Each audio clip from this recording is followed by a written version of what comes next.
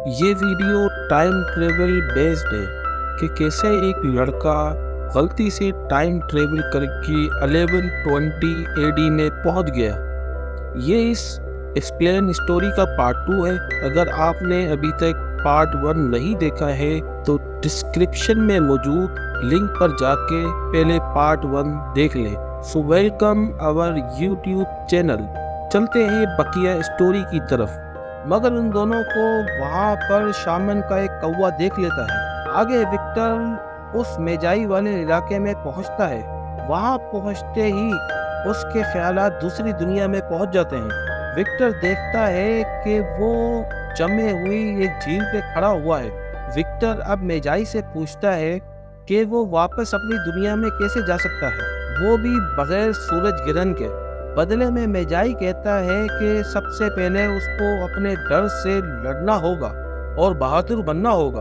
Victor कहता है कि उसके पेरेंट्स की कार एक ब्रिज से नीचे गिरी और वो भी उस कार में पीछे बैठा हुआ था, इसलिए उसे ऊंचाई से डर लगता है। आगे मेजाई बोलता है कि उसको एक पेरुस स्टॉर्म को भी ढूंढना होगा जिसकी मदद से वो कितने भी साल टाइम में आगे या पीछे जा सकता है। मगर पेरुस स्टॉर्म को ढूंढना इतना आसान नहीं है।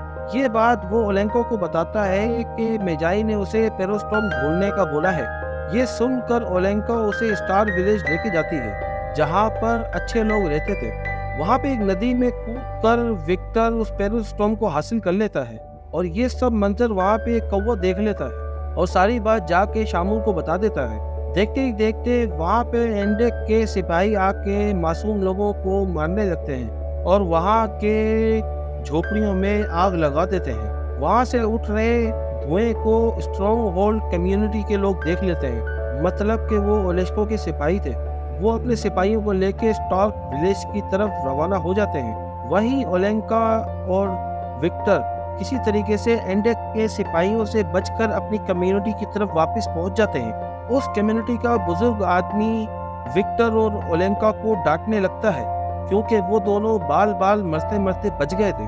मगर उसकी कम्युनिटी का लीडर इलिया कहता है कि विक्टर को वापस उसकी दुनिया में जाना होगा, वो यहाँ पर इनके साथ नहीं रह सकता। आगे हमें दिखाई देता है कि वो बूढ़ा आदमी और विक्टर उसी जगह पर पहुँचते हैं जहाँ वो वर्म होल से वहाँ तक पहुँच गया था। वहाँ वो लोग उस पेरू पत्थर को बड़े से पत्थर में डालकर उस वर्म होल को खोलने की कोशिश करते हैं, मगर वर्म होल ओपन नहीं होता। विक्टर बताता है कि उसको मेजाई ने बताया था कि हार्ट्स के जुड़ने पर ये पेरू पत्थर उसको बड़े से पत्थर में डालना होगा, जब ही वो खुलेगा। और यहाँ बताया जाता है कि विक्टर को पता नहीं है कि मेजाई किन हार्ट्स के जुड़ने की बात कर रहा था। ये सुनकर वो बूढ़ा आदमी बोलता है कि इस पेरू पत्थर को एक्टिवेट करना होगा, तभी वो वर्म होल खुलेगा। मगर उन्हें सबसे पहले इस पेरू पत्थर को कैसे एक्टिवेट करना है, ये सबसे पहले उनको पता लगाना होगा। वापसी कम्युनिटी पर पहुंचने के बाद विक्टर एक पेपर की एरोप्लेन बनाता है और उस बूढ़े आदमी को एरोडायनेमिक के बारे में समझाने लगता है। वो बूढ़ा आदमी बोलता है कि वो हमेशा से किसी इंसान को उड़ता हुआ देखना चाहता था। अब ये दोनों मिलकर एक प्लेन बनाने में लग जाते हैं। कुछ देर बाद इलिया वहाँ पर आता है, उस बूढ़े आदमी को बताने लगता है। वो बताता है कि एंडेक के एक सिपाही को उन्होंने पकड़ा था और उससे पूछताछ की थी, तो उस सिपाही से उनको पता लगा है कि एंडेक विक्टर के पास मौजूद उस पत्थर के पीछे पड़ा हुआ है। वो बताता है कि ये स्टोन अगर एंडेक के हाथों में लग गया तो वो इस पत्थर की मदद से बहुत बुरे काम सर अंजाम देगा। ये सुन के वो बूढ़ा आदमी और विक्टर इस पेरू स्टोन को कहीं छुपाने का फैसला करते हैं, मगर स्टोन को छुपाने के बाद वो स्टोन उन्हें नहीं मिलता। आसपास देखने पर एक औरत उस स्टोन से उन्हें मसाले पीसते हुए नजर आती है। आगे ये दोनों उस पेरू स्टोन को स्टोन टावर के ऊपर छुपाने की सोचते हैं, मगर विक्टर को ऊंचाई से बहुत डर लगता था। ये सुनकर वो बूढ़ा आदमी विक्टर को कहने लगता है कि वो अपने डर पर जीत हासिल करे। वो बताता है कि क्योंकि अपने डर से दूर भागने का कोई मतलब नहीं है। ये सुनकर विक्टर को थोड़ी हिम्मत आ जाती है और ये दोनों स्टोन टावर के ऊपर जाने लगते हैं। ऊपर पहुंचने के बाद वो बूढ़ा आदमी वहाँ के पत्थरों में उस पेरू पत्थर को छुपा देता है और वहीं विक्टर ऊंचाइयों को देख के अपना दिल मजबूत कर लेता है और अपने डर पर काबू पा लेता है। रात के वक्त वहाँ पे कड़कदार तूफान आता है और वो पेरू स्टोन उस स्टोन टावर से नीचे गिर जाता है। ये स्टोन वहीं पर गिरता है जहाँ पे टुगेरिन था और टुगेरिन उस पेरू स्टोन को वहाँ से उठा लेता है और वहाँ से भाग जाता है। और जब इस बात की खबर उस बूढ़े आदमी और विक्टर को लगती है तो वो अपने प्लान को बनाने में लग जाते हैं ताकि वो उसकी मदद से एंडेक के इलाके में जाकर वो स्टोन वापस ला सकें। आगे ओलेंका, विक्टर और बूढ़ा आदमी उस प्लेन को लेकर ऑब्जेक्ट कैंप पर पहुंचते हैं और पेरिस्टोन को चुरा लेते हैं। मगर आधे रास्ते में ही विक्टर को एंडेक के आदमी पकड़ लेते हैं। विक्टर को बचाने के चक्कर में एंडेक का सिपाही उस बूढ़े आदमी के पेट में चाकू मार देता है। विक्टर उस बूढ़े आदमी को लेकर अपने कैंप में वापस पहुंचता है और उस बूढ़े आदमी की हालत को देखकर वहाँ पे सभी लोग रोने लगते हैं और मरते वक्त बूढ़ा आदमी विक्टर को कहता है वो किसी भी तरीके से उसकी पोती ओलेंका को बचा ले, जो कि इस वक्त एंडेक के कब्जे में है।